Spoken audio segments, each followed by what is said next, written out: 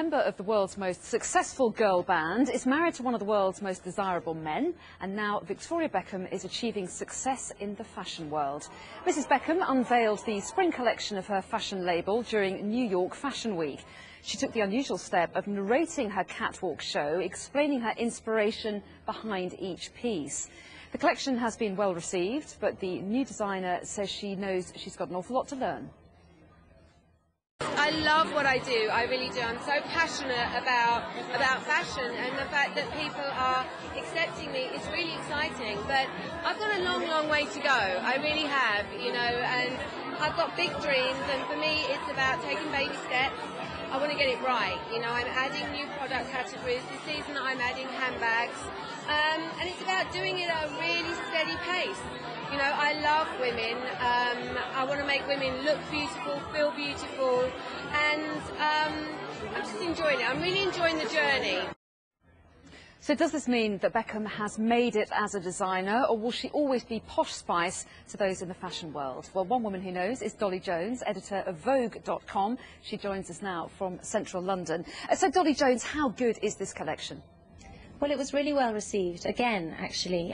Very beautiful dresses. Victoria has a very distinct style, and she's managed to move it on again this season by making the dresses slightly more roomy. So having a distinct style is important for every designer for longevity who's going to have a successful career. But every season they have to move the collection on, so creating more room in the dresses, slightly less formal feeling to the collection. I think it's given her a new story. I think the clothes are dresses that make women want to feel really good, as she just said, and they do for women what women want them to do, which is pull them in the right places and hide the bits you don't want people to see.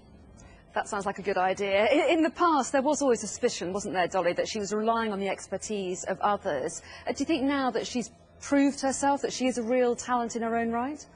Yes, I think so. She's being really well accepted. She's hugely popular. She's known for working really, really hard, and she never hides the fact that she learns from people. I mean, she has various people consulting on her label, and she never hides that. She knows she has a lot to learn, and she's really been successful so far. She's been nominated for a British Fashion Award at the British Fashion Awards in December, which is, you know, hugely exciting for her, and it's a really proof that she's going the right way. She's also one of the most photographed women in the world, isn't she? I mean, if anyone has access to publicity, it's her. All she has to do is wear her own creations, and the whole world knows about them.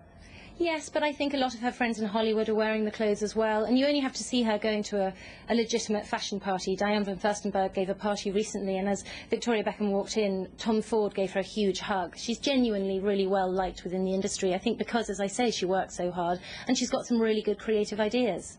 Yes, because it's not known as being the kindest, most welcoming world, is it? I mean, has she had to fight hard to get that kind of recognition and acceptance? I think probably harder than most, because it's not just the fashion industry that were questioning, you know, whether she deserved recognition, but it was the whole world. So I think she's probably fought very hard. And to go back to the collection, I mean, obviously a lot of designers that you see on the catwalk, people like you and me might look at it and think, well, that looks beautiful, but I can't wear it when I go down to the pub. I mean, is Victoria Beckham producing outfits that we could all wear?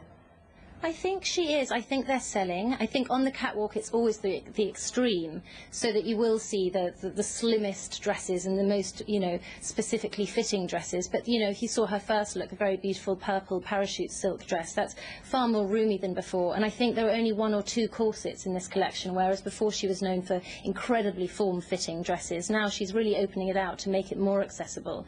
I mean, it's slowly, but it's definitely going that way.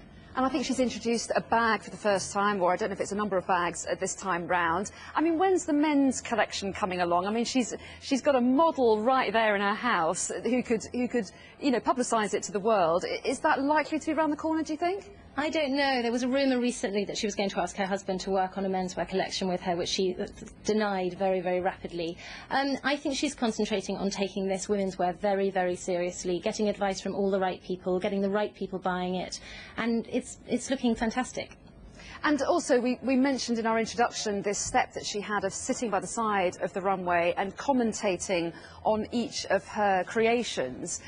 Is that unusual? I mean, it used to happen, didn't it? But that's quite unusual to do it now, isn't it? It's quite unusual to do it now, although I hear that Tom Ford gave his first women's wear collection in New York today as well, and he did the same. And it is a reference back to the early days of couture, where the salons in Paris would have perhaps not the head designer, but certainly a senior member of the fashion team narrating the collection and talking the audience through every look. So it's a nice reference back to the origins of couture, but also I think it's Victoria's way of proving how much creative input she's had into the collection. She's genuinely there from start to finish.